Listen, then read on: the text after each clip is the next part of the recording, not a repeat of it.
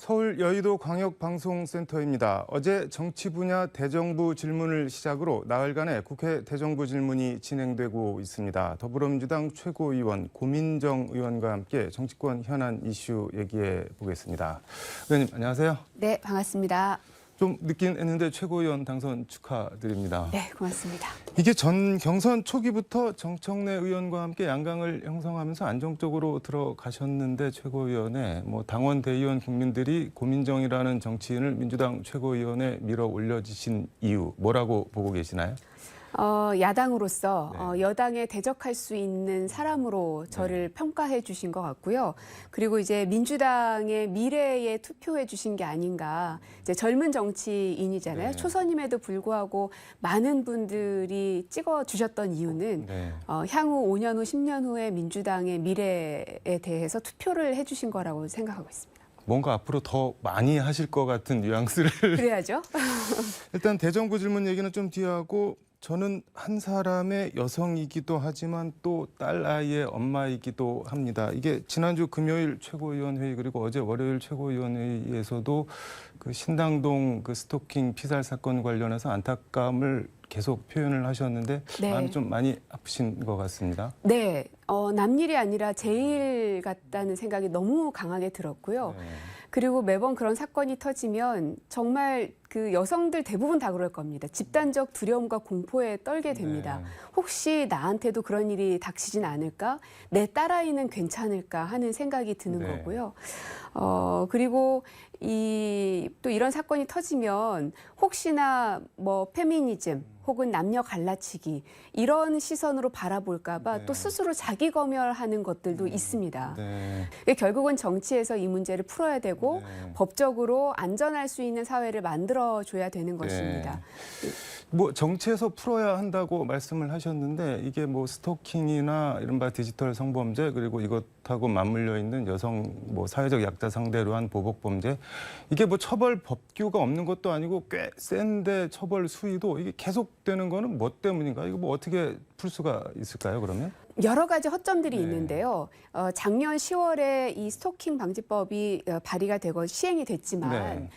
이 여성분께서 한 번, 두 번이나 고발을 했습니다. 그랬음에도 불구하고 결국은 이 사건이 터졌거든요. 네.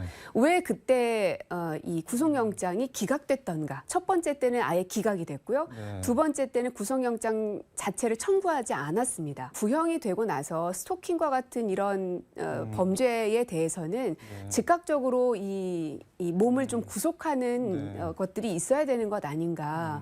그래서 이런 허점들을 계속해서 우리가 막아야 될 필요성이 있고요. 이게 형사소송법 보면은 이제 통상 구속영장 발부할 때 증거인멸이랑 도주 우려를 보는데 거기에 더해서 피의자에 의한 위해 가능성도 보는데 스토킹 범죄 같은 경우는 위해 가능성을 좀 적극적으로 봐야 될 그렇죠. 것 같습니다. 맞습니다. 대정부 질문 얘기 해보겠습니다. 어제 첫날부터 여야가 세게 붙었는데 일단 영빈관 신축 철회 논란 얘기부터 하겠습니다. 이거는 왜 이런 일이 벌어지는 건가요? 참 답답합니다. 네. 이게 1, 2억 드는 일도 아니고요. 무려 878억이었죠. 굉장히 많은 예산이 들어가는 건데도 불구하고 대통령 비서실, 국무총리도 네. 몰랐다고 답변을 한 걸로 신문 제가 보고 봤습니다. 알았다고 네. 이렇게 하시던데. 있을 수 없는 일인 겁니다.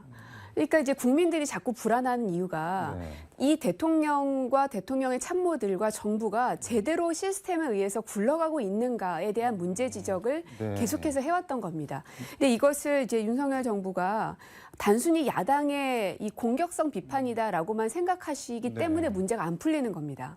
그래서 이 영빈관 문제도 사실은 좀 새롭게 고치기도 하고 좀 늘려야 네. 된다는 필요성도 저도 느낍니다. 충분히 논의했더라면 오히려 더 긍정적으로 풀 수 있었을 텐데 네. 뭐가 그렇게 다급하고 숨기고 싶었는지 그냥 처리하려다가 덜커덕 걸려버린 거죠. 이게 다급하다고 말씀을 하셨는데 제가 개인적으로는 제일 이해가 안 되는 게 영빈관은 대통령이 쓰는 거잖아요. 그리고 그렇죠. 대통령이 당선인 시절에 청와대 영빈관 계속 쓰겠다고 했는데 어떻게 보면 새로 짓겠다는 거는 대통령의 공언을 뒤집는 건데 사용도 대통령이 하고 그거를 대통령한테 보고도 안 하고 예산을 덜커덕 올렸다? 이게 뭐 잘 이해가 안 되니까 자꾸 뭐 김건희 여사가 튀어나오고 그러는 것 같은데 어떻게 보시나요? 맞습니다. 정확하신데요.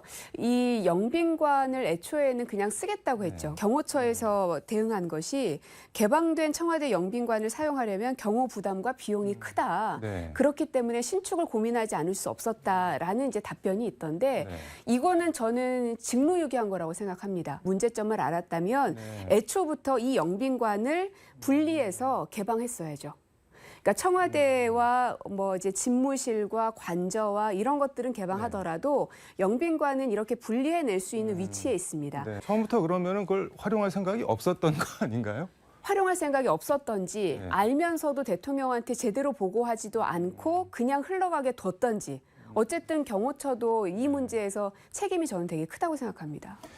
해명이 오히려 자승자박이 된 것 같은데 김건희 특검법에 대해서 한덕수 총리는 뭐 여론조사만 보고 하지 않으리라 생각한다 이렇게 답변을 했습니다. 뭐 민주당에서 안 할 것이다 뭐 이런 뉘앙스인 것 같은데 이건 어떻게 보셨나요?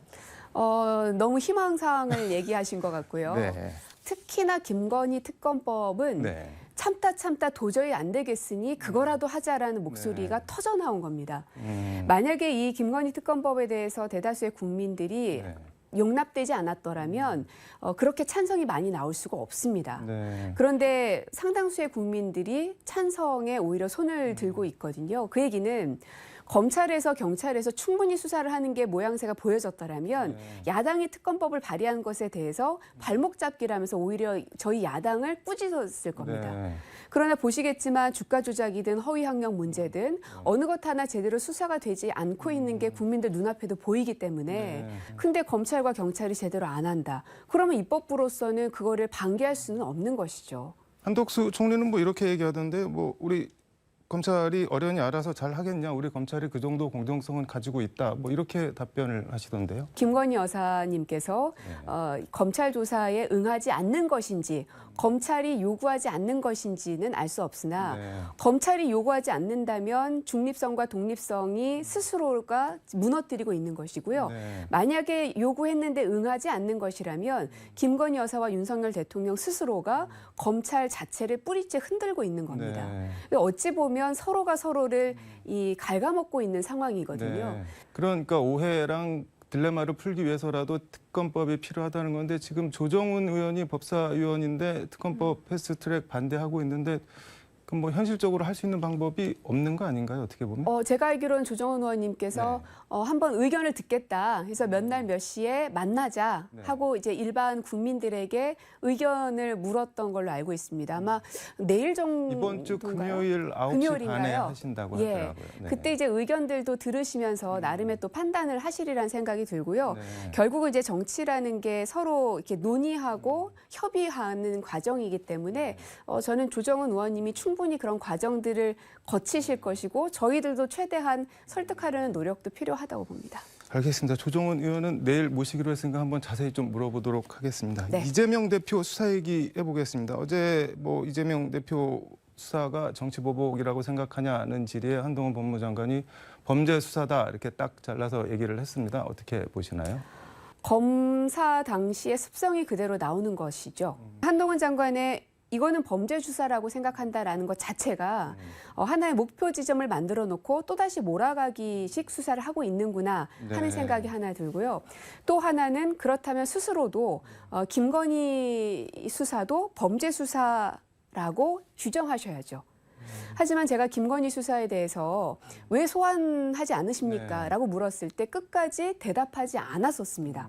어떤 조사의 방식이 있느냐고 물어봤지만 그것조차도 대답하지 않았습니다. 그 뭐 이 김건희 논리대로 수사를 네. 말씀하시니까 어제 뭐 김건희 여사에 대해서 수사 지휘를 해야 되는 거 아니냐 그랬더니 정파적 접근이다. 김건희 여사 뭐 수사 지휘하라고 하는 건 그럼 뭐 이재명 사건도 내가 수사 지휘하랴 뭐 이런 식으로 답변을 하던데 그건 또 어떻게 보셨나요? 그러니까 한동훈 장관님이 범죄 수사라고 생각한다라는 이 발언 자체는 오히려 수사의 가이드를 제공하는 것이기 때문에 굉장히 부적절한 발언입니다. 그리고 이것의 공평성을 가하기 위해서는 김건희 수사도 범죄 수사라고 규정 지으셔야죠. 그러나 거기에 대해서는 그렇게 답변하지 않으시잖아요. 네. 그러니까 이제 정치인 다 되셨구나 하는 생각이 들 수밖에 없는 것이고요. 정치인 다 되셨다고 말씀을 하셨는데 정치인 한동훈 몸집 키워주는 게 민주당 의원들 아니냐 뭐 이렇게 보는 분들도 있는데 그건 어떻게 보시나요? 거기에 대해서는 이제 민주당도 반성할 부분들은 또 반성해야 될 것이고요. 네. 그래서 무작정 비난만 할 것이 아니라 문제점이 무엇인지를 명확하게 네. 이 지적하는 게 참 중요한 것 같습니다. 네. 그래서 지금 대정부질이 계속 진행 중에 있기 때문에 좀 더 지켜봐 주십사 부탁드립니다. 윤석열 대통령 해외 순방 얘기 해보겠습니다. 의원님 페이스북에 그 문재인 정부가 북한에게만 집착했다는 윤석열 대통령 뉴욕타임스 인터뷰 기사를 두고 자기 얼굴에 침 뱉기다 이런 대통령이 어딨냐 이렇게 세게 비판을 하셨습니다. 네, 그러니까 외교에 있어서는요, 네. 여야가 없어야지 맞습니다. 왜냐하면 한 팀이 돼서 다른 네. 나라와 함께 전쟁을 펴야 되기 때문에. 네. 그런데 외신에다 두고 그것도 순방을 나가는 그 길에 전직 대통령, 그것도 대한민국의 대통령에 대해서 그렇게 폄훼하는 것은 정말 부적절한 것이고 네. 다른 나라에서 과연 대한민국을 어떻게 볼까, 집안 싸움하고 있구나 이렇게 볼 수밖에 없는 거거든요. 네. 그래서 대한민국의 대통령은 윤석열 당신이다라는 걸 본인이 자꾸 잊고 계시는 거 아닌가. 그래서 문재인 대통령에 대한 굉장한 열등감이 있으신가 열등감이요? 하는 생각이 자꾸 떨쳐지지를 않는 겁니다. 모든 걸 다 전 정부와 비교하고 있잖아요.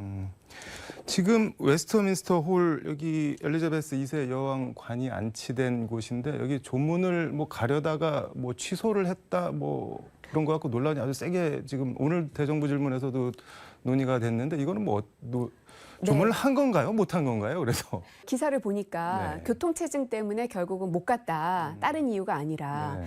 일단 두 가지 지적하고 싶은데 하나는 과연 영국과 사전에 협상이 됐는가? 사전 협상이 되지 않았다면 그 외교 참사입니다. 대통령이 움직이는 거잖아요. 일반 국민이 가는 게 아니라. 그래서 그 부분을 밝혀낼 필요가 있고요. 그래서 저희도 지금 대통령실과 외교부를 통해서 사전에 그게 조율이 됐는지 계속해서 질의를 지금 하고 있는 상황이고요. 아니, 처음에는 조문을 간다고 했으니까는 뭐 얘기가 됐으니까 조문 간다고 일정을 발표한 게 아닐까요? 그래야 맞습니다. 그러면 이제 영국하고 정식으로 이게 협상이 됐었어야 되는 게 맞고요. 그러면 만약에 그게 됐다.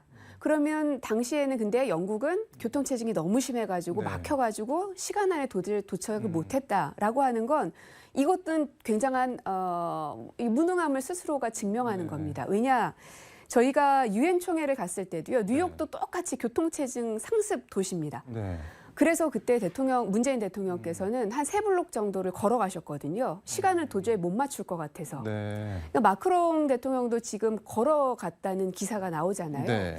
왜 윤석열 대통령은 걸어갈 수 없었던 것일까? 자괴감이 좀 드는 거죠. 이게 뭐 상가집 가서 방명록은 쓰고 육개장은 먹었는데 절은 안 하고 왔다 뭐 그런 조문은 안 했다 뭐 그런 비판도 나오기도 하던데 한덕수 총리 오늘 뭐 외교 문제 여야가 따로 없다 뭐 이렇게 얘기를 하시면서 이거를 그러니까 문제 삼는 거를 되게 불편해 하시던데. 그러니까 외교 정책에 대해서는 네. 그렇게 전 정부에서 했던 모든 것들을 다 지우게 하시면서 본인들이 문제를 일으켜서 지적을 하면 네. 여야가 없다고 또 하십니다. 그러니까 이게 한동훈 장관의 발언하고 똑같은 맥락이거든요. 그러니까 차라리 이럴 때는 쿨하게 본인들의 잘못을 인정하고 사과하고 다음부터는 안 그러겠습니다 하면 됩니다. 근데 그 말이 너무 하고 싶지 않으니까 자꾸 전 정부랑 비교하고 왜 자꾸 우리만 갖고 그래? 이런 얘기를 계속적으로 하고 있는 거거든요. 그래서 이번 문제는 사실은 순방을 가실 때마다 지금 사고가 터집니다. 네. 그래서 제가 가시기 전에 철저하게 준비해서 가야 된다. 철저하게 준비가 안 돼 있다면 안 가는 이만 못하다라는 이야기를 했던 겁니다. 네. 철저하게 준비를 하고 시뮬레이션까지 돌려서 대통령님을 움직이게 만들었어야 되는데 그렇지 못한 거는 경호처장이 됐든 외교부 장관이 됐든 정말 무릎 꿇고라도 국민 앞에 사과의 말씀을 하는 게 맞지요. 알겠습니다. 시간 관계에서 하나만 더 물어보겠습니다. 곧 있으면 지금 상임위가 과학기술정보방송통신위원회 시절 이제 국정감사가 시작하는데 뭐 어떤 점에 중점을 두실 계획인지 한 말씀 듣도록 하겠습니다. 지금 이제 국민의힘에서는 방통위, 방심위, 또 KBS, EBS 이런 곳들에 대한 감사를 굉장히 심하게 지금 하고 있습니다. 네. 감사원에서. 이것이 먼지털이식 수사가 그 감사가 아니냐라는 지적들을 하고 있는데 저 또한 거기에 대한 문제점을 계속 파고들어야 될 것 같고요. 네. 예전에 권성동 대표께서 네. 그 방심위가 이 TBS를 네. 봐주기 심의를 했다 하면서 고발까지 하셨습니다. 네. 그래서 제가 방심위가 정말로 TBS만 봐줬는가 하고 이제 자료를 살펴봤더니 네. TV조선도 문제없음이 4건이었고요. 채널A도 문제없음이 3건이었습니다. 네. 그 논리대로 하면 TV조선과 채널A까지도 다 봐주기 심의를 한 네. 거라고 봐야 됩니다. 그러니까 이처럼 논리적으로 맞지 않는 것을 가지고 무리한 고소고발을 일삼고 있습니다. 국민의힘에서. 네. 여기에 대해서는 이제 국감을 통해서 하나하나 지적해 나가야 될 것 같습니다. 알겠습니다. 오늘 말씀 여기까지 듣도록 하겠습니다. 네. 고맙습니다. 네, 지금까지 서울광역방송센터에서 민주당 고민정 최고위원과 함께 전해드렸습니다.